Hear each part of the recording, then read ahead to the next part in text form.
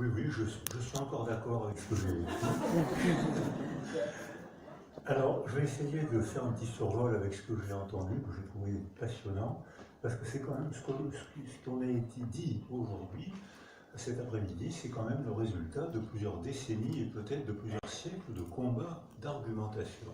Alors aujourd'hui, j'espère, je pense que ça va devenir évident grâce à votre action, à notre action, mais c'est le problème de la recherche. Et d'abord, quand on fait d'abord une première publication, les gens disent mais ça va pas, non, c'est invraisemblable ce que tu dis. Et puis ensuite les gens disent ah ben écoute, c'est intéressant ce que tu dis. Et dans le troisième temps, les gens disent mais c'est évident, on a toujours dit ça. Donc je pense que dans quelques années, très rapidement, dans quelques semaines, on va arriver à la phrase c'est évident. Alors, il y a presque 3 millions d'années que monsieur et madame Sapiens sont sur Terre. Or, il y a 200 000 ans qu'on parle. C'est-à-dire que pendant 2 800 000 ans, on a communiqué comme les animaux, avec des cris, des postures, et avec déjà un début de communication symbolique, avec des cris structurés, des codes de cris. C'était pas la double articulation linguistique, mais c'était déjà des codes de cris que les éthologues maintenant savent décoder grâce aux machines et grâce à leur expérience professionnelle. Et donc maintenant on comprend beaucoup mieux que pourquoi pendant 2 800 000 années, monsieur et madame Sapiens ont communiqué comme des animaux. Sauf que ils étaient quelques dizaines de milliers sur Terre, peut-être même à l'origine, il n'y en avait que deux, c'est Adam et Ève, mais avec Sapiens, il y avait quelques... Or, à cette époque-là, il suffisait de marcher à la queue leu et de manger des végétaux, de les cueillir. Il y avait dans ces végétaux un peu d'insectes qu'on mangeait, donc on avait notre ration de protides et on pouvait survivre sans conflit. Et puis, est arrivé un phénomène nouveau, c'est que plus on était nombreux, plus il fallait organiser des structures sociales. Or, mes maîtres, Papa Freud, Lévi-Strauss, René Girard et d'autres anthropologues disent qu'on ne construit du social que grâce à la violence, et même grâce au meurtre. C'est-à-dire que la chasse a été le début de l'organisation sociale. Il a fallu que les hommes se groupent pour communiquer encore mieux pour chasser, pour mettre au point des techniques de chasse avec des outils, avec des pièges, avec des armes ciselées, parce que quand on donne la mort, l'art arrive très rapidement. Donner la mort, les sépultures, c'est les premières formes d'art, c'est le théâtre de la mort. On met les morts dans une posture, on met des pétales de fleurs, on fait des offrandes. Donc le théâtre de la mort, c'est déjà une première créativité. Sauf que dans la chasse, il a fallu tuer d'autres êtres vivants et donner un sens à ces assassinats. C'est-à-dire qu'il a fallu développer les outils, développer la coordination, développer le langage, et quand on découpait la viande des animaux, on désignait la hiérarchie sociale. Je suis en train de citer Pathomatice, c'est-à-dire qui entre dans la lignée de Freud, Lévi-Strauss et René Girard. Alors, ce que je dis là, c'était vrai, c'est ce qui a probablement fabriqué la société humaine. Et puis ensuite, bien sûr, il y a eu le néolithique, mais le néolithique est arrivé, vient de naître. Le néolithique, il y a 8000 ans maximum. Et là, on a domestiqué les animaux et on s'est approprié des territoires, on a mis des planches et on a contraint les animaux à vivre de manière sédentaire. Donc on a développé des types de maladies qu'ils n'avaient pas avant, et notamment les animaux, on ne peut pas ne pas donner sens. Nous, êtres humains, on est contraints à donner sens.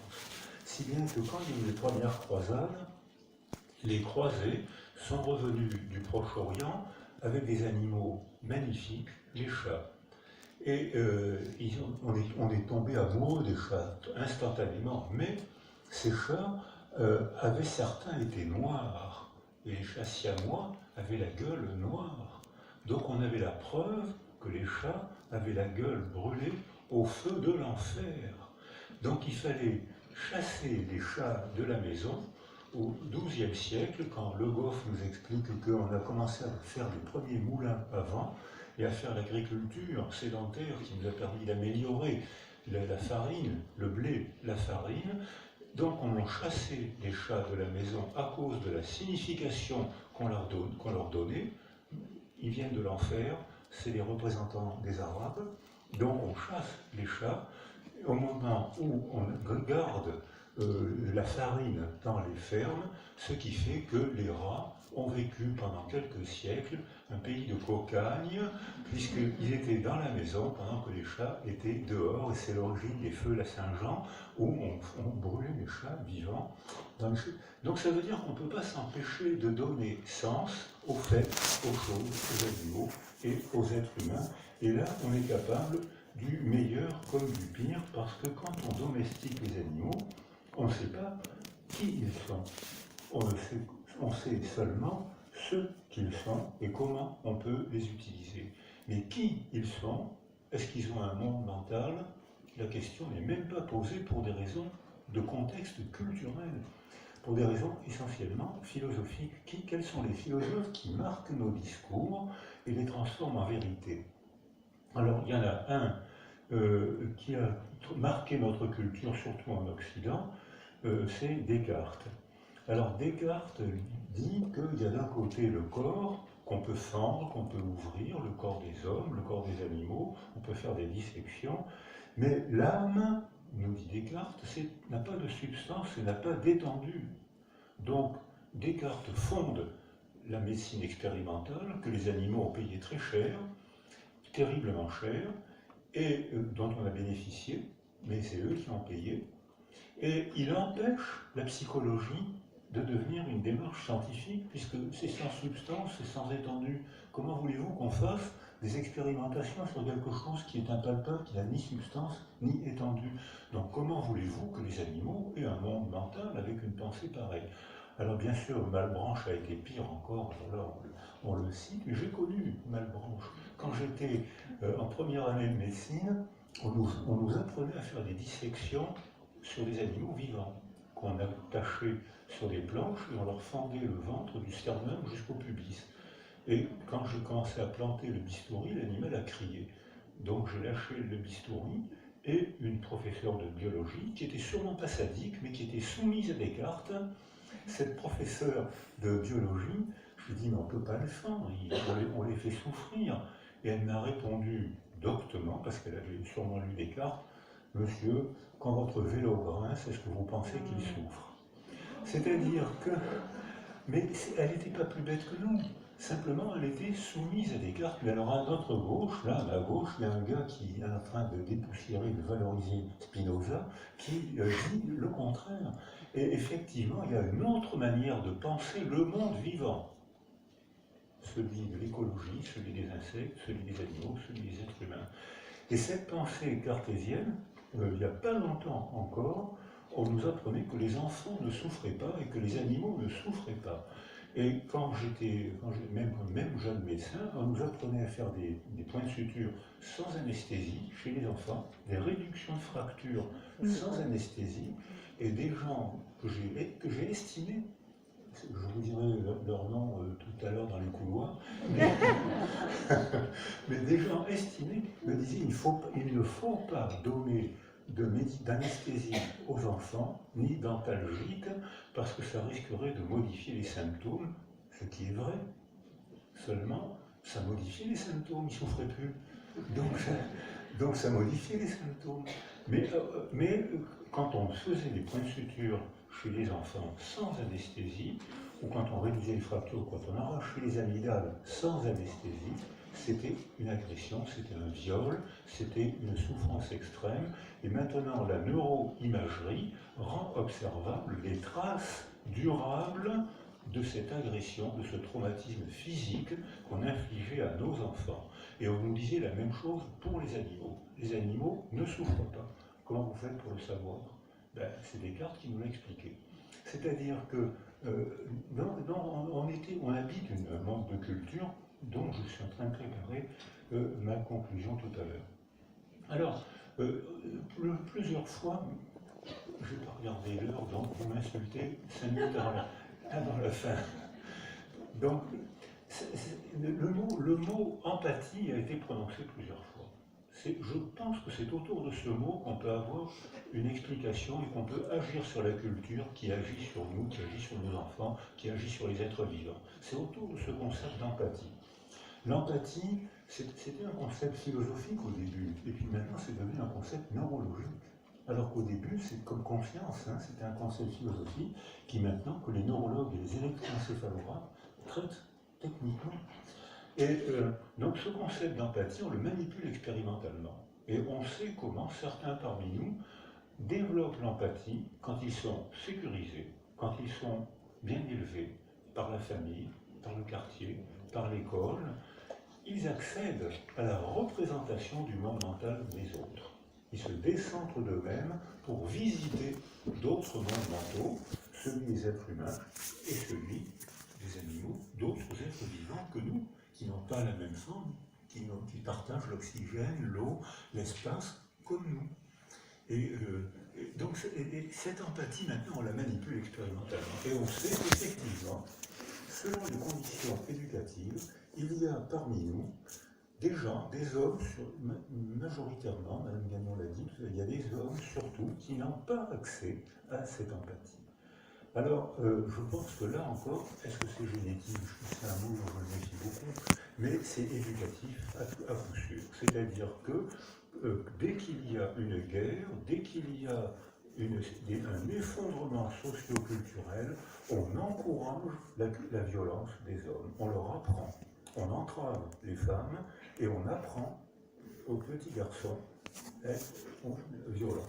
On héroïse la violence des garçons, des hommes, c'est-à-dire qu'on les mène au sacrifice, au nom de la fierté, au nom de la virilité.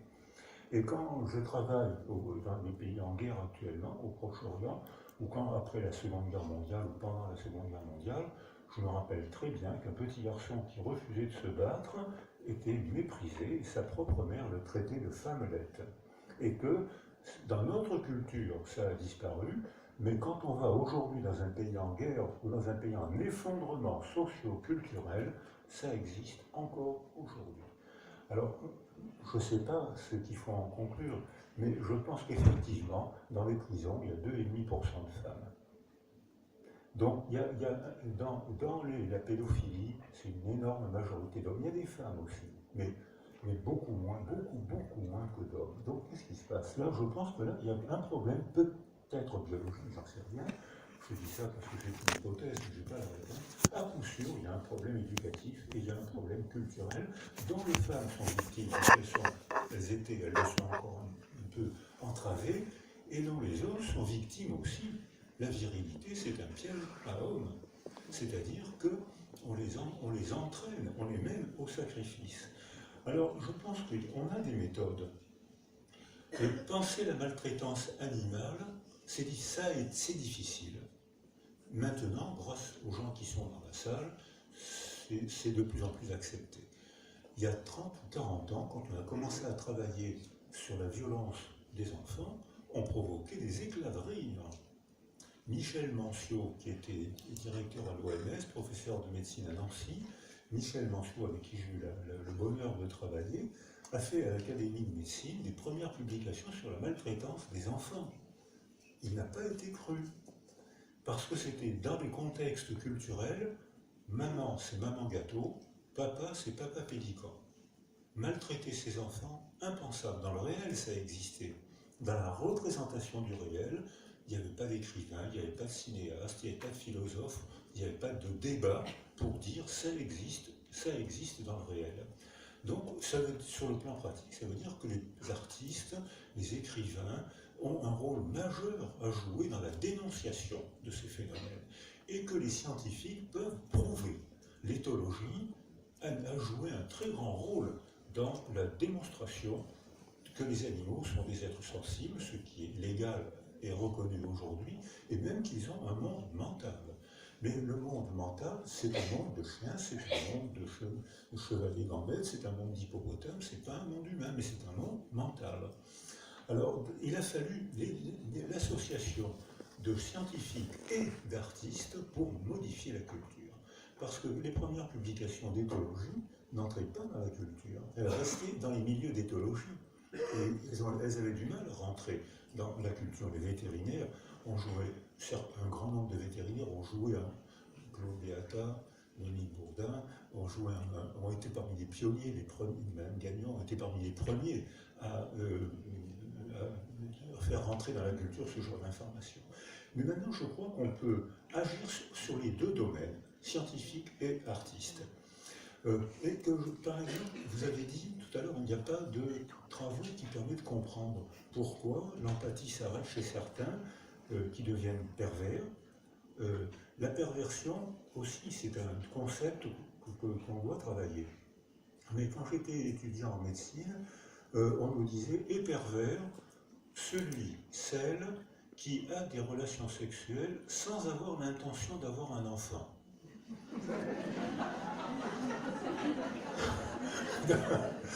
Alors bien sûr, cette définition elle est pittoresque aujourd'hui, mais c'était la définition de l'Église et du Conseil de l'ordre des médecins. C'était la définition qu'on nous apprenait. Donc, maintenant, je pense qu'on démontre scientifiquement, cliniquement et neurobiologiquement, on démontre que la perverse moins fréquente que les hommes, mais qui existe, le pervers, c'est celui dont l'empathie s'est arrêtée. Il ne peut plus se décentrer de lui pour se représenter le monde d'un autre. Donc la cruauté, pour lui, c'est un jeu, c'est très amusant. C'est pas grave de faire souffrir un enfant, un animal, une femme, d'autres hommes. Vraiment, c'est pas grave. Je ne me représente pas leur monde mental. Je suis privé de mon seul monde mental, où je suis heureux, je suis bien dans mon monde mental, puisque dans la définition de la perversion, il n'y a pas d'altérité. Il n'y a que mon plaisir qui compte. Il n'y a pas d'altérité. Donc pourquoi voulez-vous que je me soucie de la maltraitance que j'inflige à une femme, un enfant, un animal? C'est pas dans mon monde, seul compte mon plaisir. Alors, mais je crois qu'il y a des méthodes. Par exemple, on commence maintenant en associant la clinique.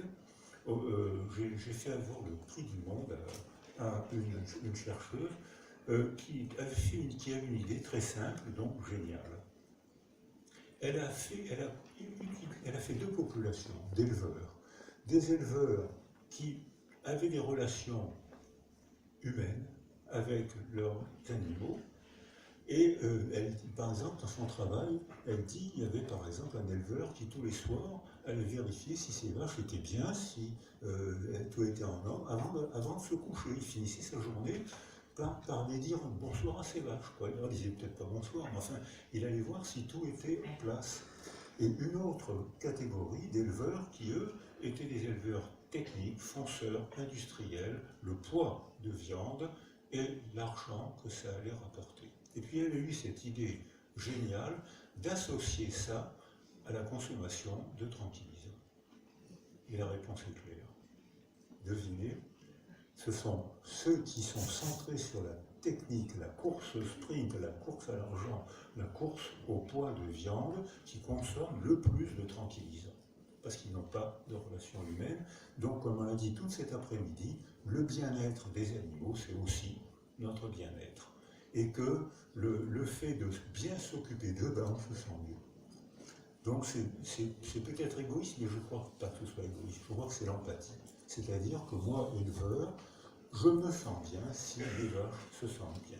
Si mes poules sont en batterie, j'ai un sentiment d'horreur, je ne suis pas bien, je ne veux pas bien dormir, je vais prendre des tranquillisants. Donc on voit, donc c'est ce qui a été débattu toute l'après-midi. Maintenant, on peut trouver des méthodes pour essayer de le communiquer, le comprendre encore un peu mieux. Alors, je continue encore un peu là. Tant pis pour vous. Hein. Alors, on a des intérêts divergents et parfois même opposés. C'est bien que mon ami Danzer travaillait il y a dans les années 70 sur le stress du cochon. Et il avait touché une bourse parce que, tout simplement, les cochons stressés avant d'aller à l'abattoir avaient un goût picieux. Donc, on gagnait moins d'argent. Et la solution a été certains ont dit il faut leur donner des tranquillisants. Et ça marchait. Une fois que les cochons étaient abattus, ils étaient en stade 3 du sommeil de cochon, ils avaient moins de stress. Et d'autres disaient au contraire, mais non, il faut bien s'en occuper, de façon à ce qu'ils soient sécurisés, qu'ils ne stressent pas, et à ce moment-là, leur viande aura un autre goût, parce que je retrouve l'idée qui a été proposée depuis cet après-midi, tout le temps, c'est-à-dire que maltraiter les animaux, c'est nous maltraiter. Rendre malade un animal, c'est se rendre malade. Et beaucoup d'animaux malades transmettent leur maladie à l'homme, mais beaucoup d'animaux sont malades parce qu'on les rend malades. Donc ça veut dire qu'on a intérêt à ne pas les rendre malades pour que la santé soit meilleure pour eux, et pour nos enfants, et pour nous. Alors, je vais terminer je continue quand même, parce que je voudrais quand même vous parler des philosophes, puisqu'il y en a quelques-uns dans la salle. Il y a Montaigne qui s'était opposé, bien sûr. Darwin qui est arrivé, alors lui, il a mis un pataquès dans la philosophie, qui n'est pas réglée encore. Hein. C'est-à-dire qu'il y a encore maintenant l'évolution. Il y a des pays, il y a des États aux États-Unis, au Proche-Orient, des États musulmans qui interdisent le mot évolution, aux États-Unis aussi. Le mot évolution, les professeurs de sciences naturelles n'ont pas le droit de prononcer ce mot. Il y a des procès qui sont faits s'ils prononcent le mot évolution.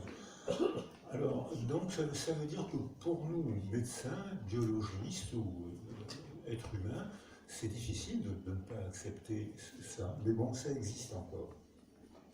Et puis, arrive un gars, dans les années 30, Konrad Lorenz, et puis sa petite équipe, qui sont élevés avec des animaux, donc ils s'y attachent. Et côtoyant, vivant dans la même maison que des oies cendrées, Konrad Lorenz, enfant, découvre qu'il y a un code, qu'elles s'arrêtent à certains endroits, qu'elles ne font pas n'importe quoi, qu'il y a bien sûr des conflits, tous les êtres vivants sont en conflit, qu'il y a des êtres conflits, mais qu'il y a des mécanismes régulateurs du conflit, ce qu'il n'y a pas chez les êtres humains. Il n'y a pas de mécanisme régulateur du conflit. Parce que les animaux ont des rituels d'interaction, si l'autre effectue un rituel de soumission, l'agression s'arrête. Alors que nous, êtres humains, on se soumet à la représentation qu'on fait de l'autre. Et si on considère que l'autre n'est pas un être humain, si on considère que l'autre est une bactérie, on peut très bien décider de le tuer au nom de la morale. Parce que c'est au nom de l'humanité que tous les crimes de l'humanité ont été commis. Et vous savez, vous entendez à qui je pense, le nazisme.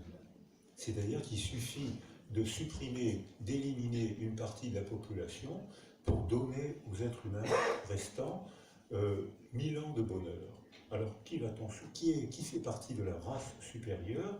Eh bien, c'est les blancs aux yeux bleus.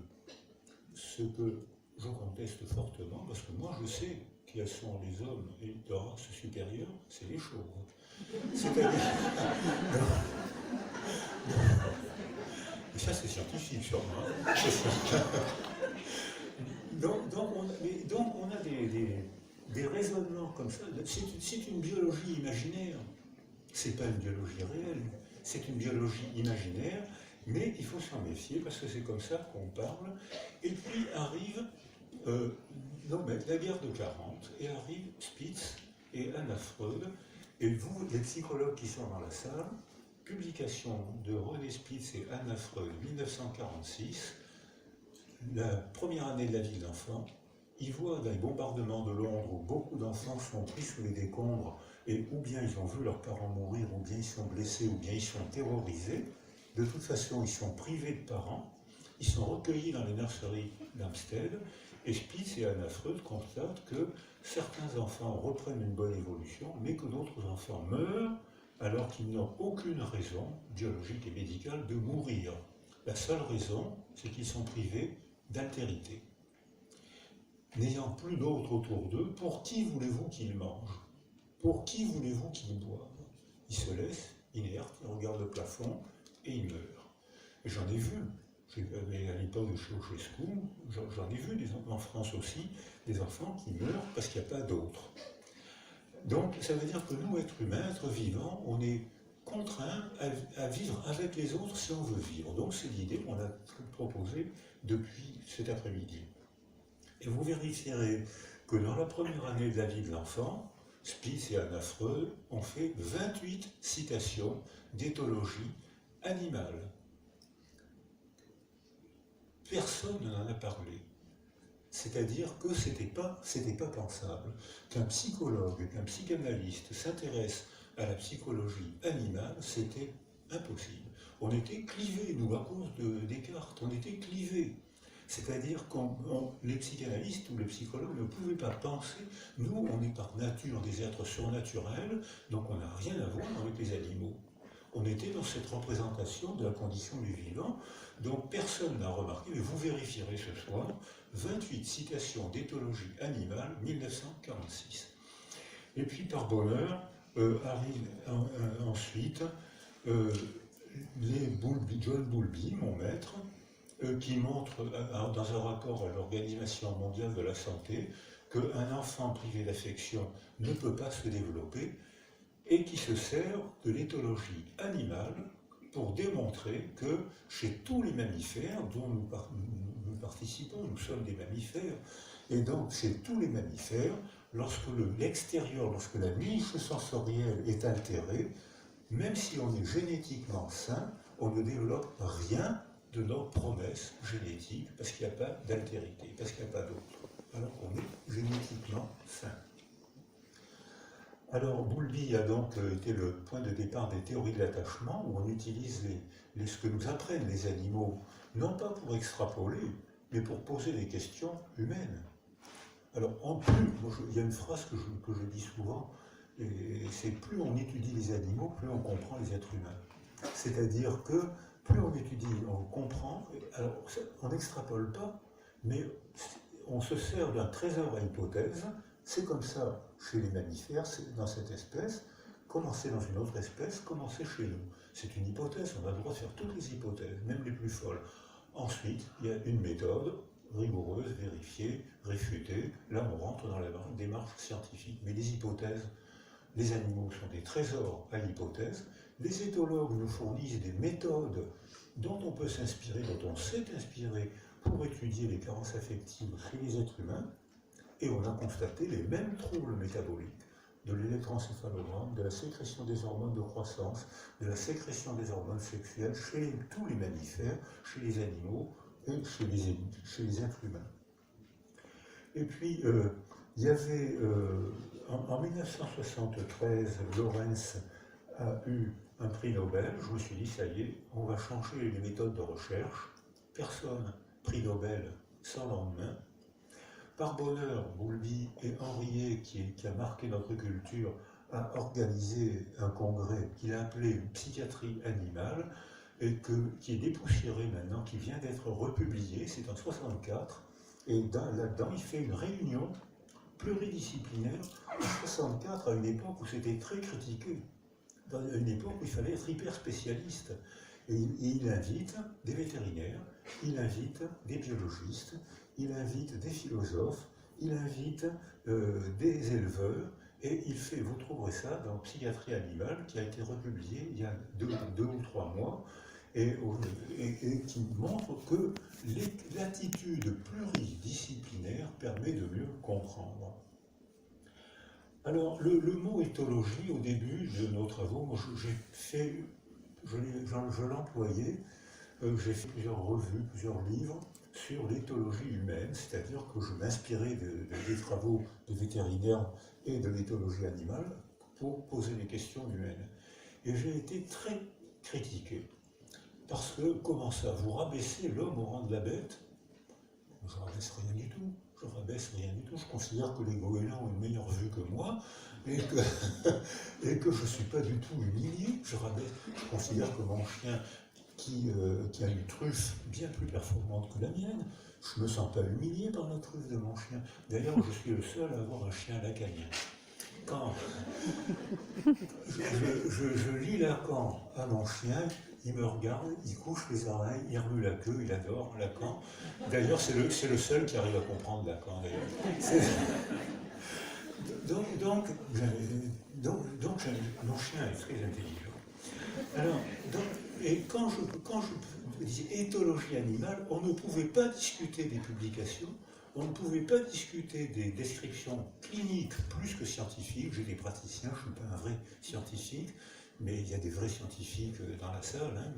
Mais moi, j'étais clinicien, donc je m'inspirais des travaux scientifiques pour essayer de voir si ça marchait en clinique ou si ça ne marchait pas.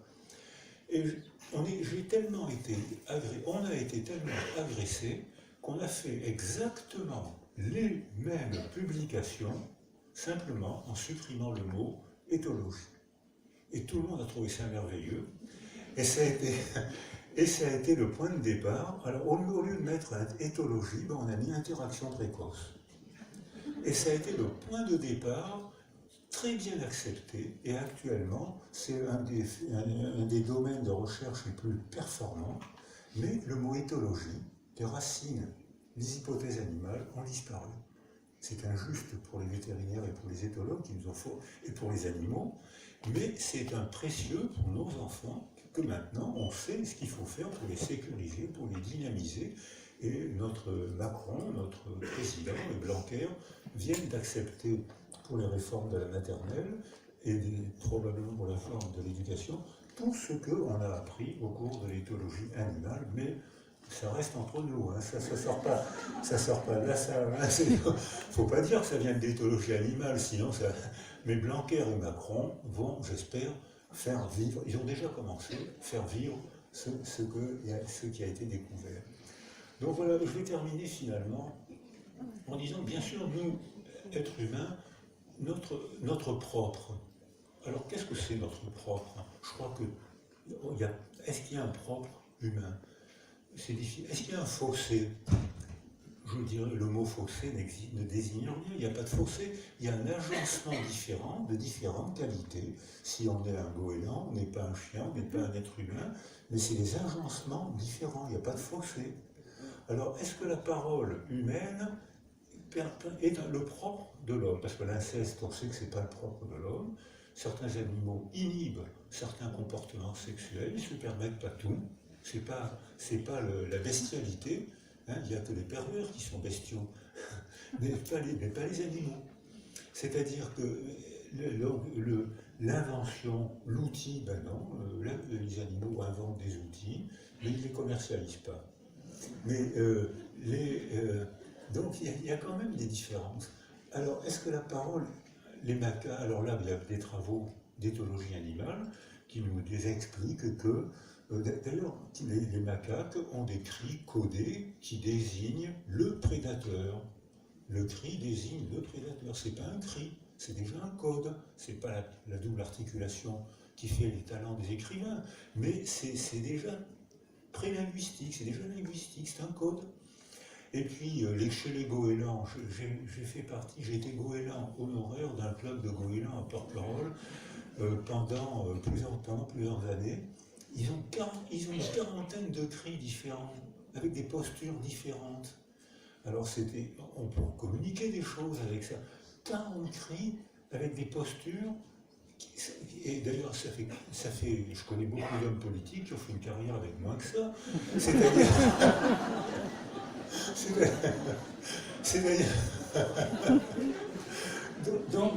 donc il n'y a pas de fossé. Il y a une communication. Alors, qu'est-ce qu'on va faire maintenant? Ou bien 95% des espèces vivantes à l'origine ont disparu. Et notre comportement humain, la technologie, l'artifice, est en train d'accélérer ce processus de disparition qui aurait existé sans nous, mais que nous, on accélère de manière exponentielle, de manière très inquiétante. Alors, il y a déjà eu, sur le monde vivant, 5 extinctions. La faune, la flore, tous les êtres vivants, presque tous les êtres ont disparu, ce qui a permis l'évolution d'autres êtres vivants ont pris la place dans un nouvel univers. Les mammifères ont apparu, ils existaient cachés et ils se sont épanouis quand les dinosaures ont disparu et quand l'atmosphère a changé. C'est-à-dire que ça s'est passé 5 fois. Et je pense que si on continue à se considérer comme surnaturel. Et si on se permet tout avec la flore, avec l'écologie, avec les animaux, je pense qu'on est en train de préparer la 6e extinction et qu'on disparaîtra avec. C'est-à-dire qu'on a intérêt à préserver la flore, la faune, les animaux pour se préserver nous-mêmes et avoir. Donc c'est un problème technique, mais c'est aussi un problème éthique. Voilà, je pense qu'avant mon exposé, vous aviez des idées claires. J'espère maintenant qu'elles sont confuses. Merci de m'avoir écouté.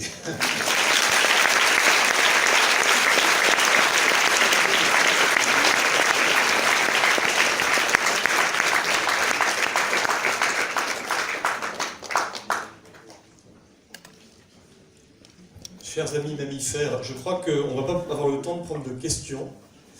Malheureusement, parce que, je vous l'ai expliqué tout à l'heure, il y a un colloque qui suit. Ce colloque donc, touche à sa fin. En tout cas, les questions qui ont été relevées là seront, on vous l'a promis, traitées. On y répondra si du moins il y a les mails qui sont présents. J'espère que ce colloque vous a permis d'appréhender un concept assez novateur, que certains pouvaient probablement, en s'inscrivant, trouver un petit peu conceptuel, ou aride, ou abstrait, ou un peu théorique. Moi, j'ai l'impression plutôt, je pense que les retours d'expérience qu'on a eu aujourd'hui et les 6 excellents intervenants qui nous ont permis de les écouter montrent qu'il y a des applications quotidiennes, montrent qu'il y a un caractère concret,